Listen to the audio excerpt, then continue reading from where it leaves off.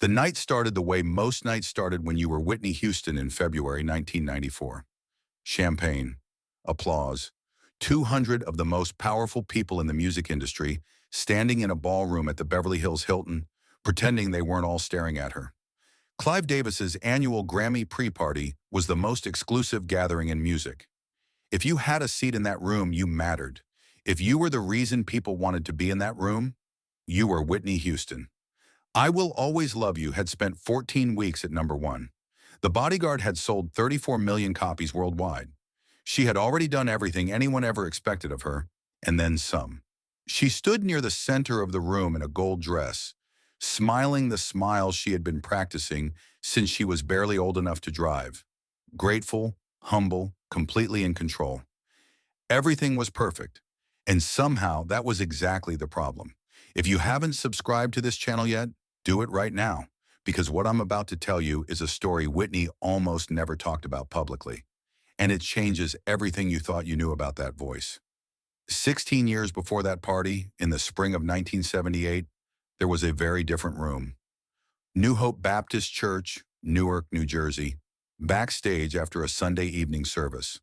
Whitney was 14, brought along by Sissy to a gathering of serious gospel musicians, people who believed music was not entertainment, but calling. Near the far wall, quiet and watchful, stood Aretha Franklin. Whitney didn't plan to sing. She just started, the way 14-year-olds do when the music is already inside them, and the room feels safe enough to let it out. By the time she finished, she hadn't noticed that Aretha had stopped her conversation and turned completely around to listen. The room was quiet for a moment. Then Aretha walked over. She looked at Sissy first, then at the girl. "Sissy's daughter," she said. Not really a question. She tilted her head. "Beautiful technique, baby. Beautiful." A pause that lasted a beat too long. "But I don't hear your soul yet." Whitney stood completely still. She wasn't entirely sure what that meant, but the words found something deep inside her and refused to let go. For years, she would hear them at the strangest moments. Before recording sessions, before walking onto enormous stages, lying awake at 3 a.m. in cities she couldn't always name. Beautiful technique. But I don't hear your soul yet. She carried that sentence the way some people carry an old injury. You forget it's there until the weather changes. She spent the next 16 years trying to prove Aretha Franklin wrong. By February 1994, the numbers said she had. The range, the control, the way she could hold a phrase suspended in the air and bend it without breaking it. Every night, in arenas and theaters around the world, she delivered exactly what she was supposed to deliver. Every single time. Which is exactly why Clive Davis, pulling her aside at 9:15 that evening, felt so strange. She noticed his expression first.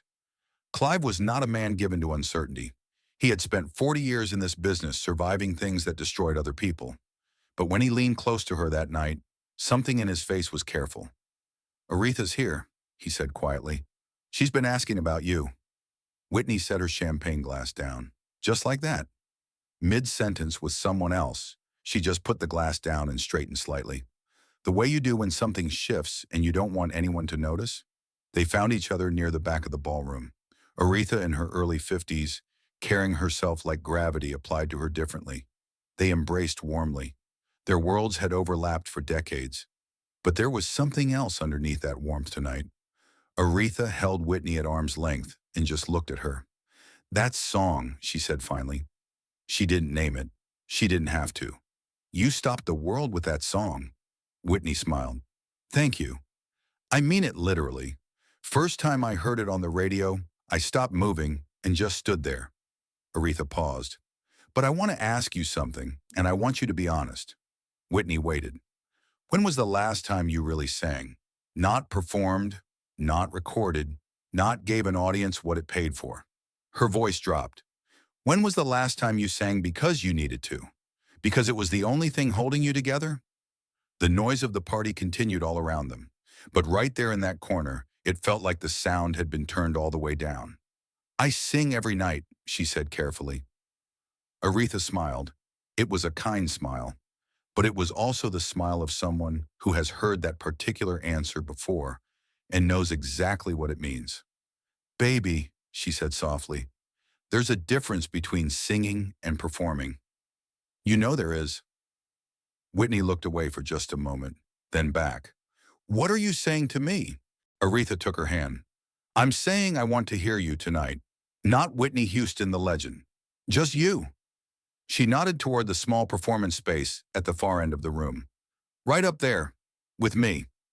The room felt smaller suddenly, and Whitney Houston, who had sold 34 million records, felt something she hadn't felt in a very long time. 14 years old again, standing in a room in Newark. Waiting. Clive Davis introduced Aretha Franklin at 10:30 p.m., the way you announce a natural phenomenon. Because that's essentially what she was. The applause started before he finished speaking. These were music industry professionals. They understood what was standing in front of them. Aretha stepped to the microphone with the ease of a person who has had nothing left to prove. She looked out at the room, and then she began to sing. She chose Respect. No recording captures what it physically feels like to be in a room while Aretha Franklin sings that song live. It's not just the power, it's the feeling that the song has always existed, and she is simply the instrument through which it arrives. The room fell completely silent. They were just standing there, watching her remind every person present why music mattered at all. And then she hit the final note, a note that came from the deepest part of her chest and kept rising, controlled and pure, until it filled every corner of the room and stayed there, vibrating in the air. When it finally ended, nobody applauded for a long beat. They had genuinely forgotten. Then Aretha turned slowly and looked directly at Whitney Houston. Your turn, she said, quietly, into the microphone, so the whole room heard.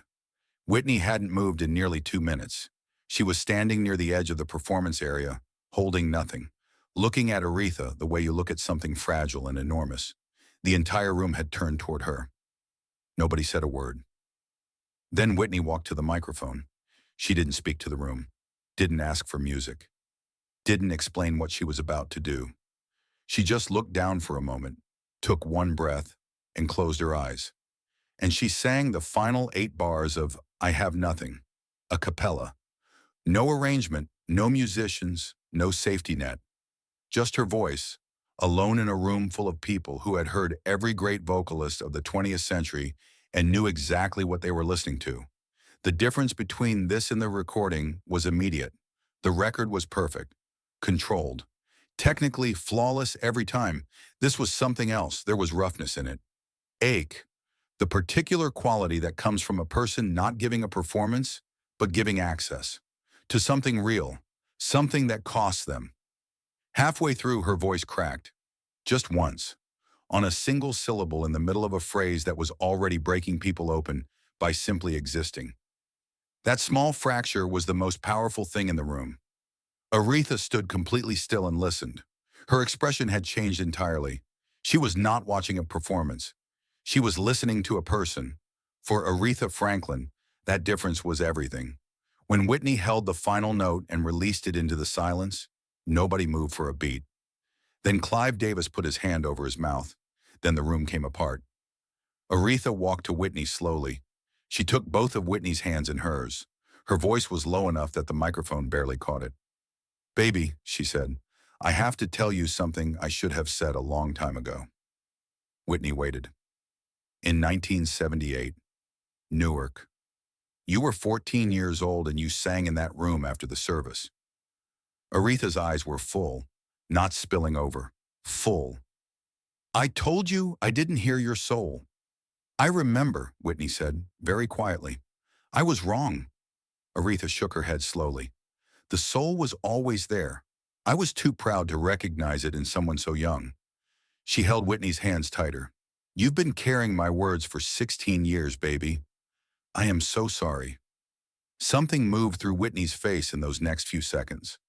The way a lock releases. Years of beautiful technique and private doubt. Years of wondering whether she was actually feeling it or only approximating the feeling. All of that shifted through her expression at once. Then she leaned forward and rested her forehead gently against Aretha's. Just for one moment. The room went completely silent. When Whitney straightened up, her eyes were wet and she was almost smiling. She looked out at the 200 people in front of her, and she laughed softly the way you laugh when something is simply too large for any words to hold. "I have been trying to impress this woman since I was 14 years old," she said. The room laughed with her, gently. Then she looked back at Aretha. "I think tonight we can call it even." Aretha pulled her into a long, real hug, and over Whitney's shoulder, she looked out at the room and slowly shook her head, as if she still couldn't quite believe what she had just heard. People in that room talked about that night for years, not because of what Aretha sang, extraordinary as that was, but because of the single crack in Whitney's voice on that middle bar. Because of the silence that followed, because of two women standing in a gold room in Beverly Hills, finally saying the things that had needed to be said for 16 years. What those 200 people understood that night, in a way no studio recording has ever quite captured, is that Whitney Houston's gift was never really about the notes, the range, the control, the technical mastery. All of that was real and staggering. But the gift underneath the gift, the thing that made strangers pull over their cars when a certain song came on and just sit there, was something harder to name. It was honesty, the willingness to stand undefended in front of people and let them hear not just the sound, but the person making it. Aretha had heard the technique in 1978 and called the soul absent. 16 years later, the soul showed up so completely that even the Queen of Soul herself had to revise what she thought she knew. The years between those two moments had not been wasted. The pressure, the expectations, the crushing weight of being Whitney Houston had pressed down hard on whatever lived inside her. But what came out the other side was harder, more valuable. And on a February night in 1994, it finally got the recognition it had always deserved. Have you ever carried someone's words about you for years? Words that made you doubt something you knew was real inside you, only to prove them wrong in a single moment? Tell us your story in the comments below. Because if Whitney Houston could stand in a room full of legends with nothing but her voice and no safety net at all, I think you might have a lot more in you than you've been giving yourself credit for.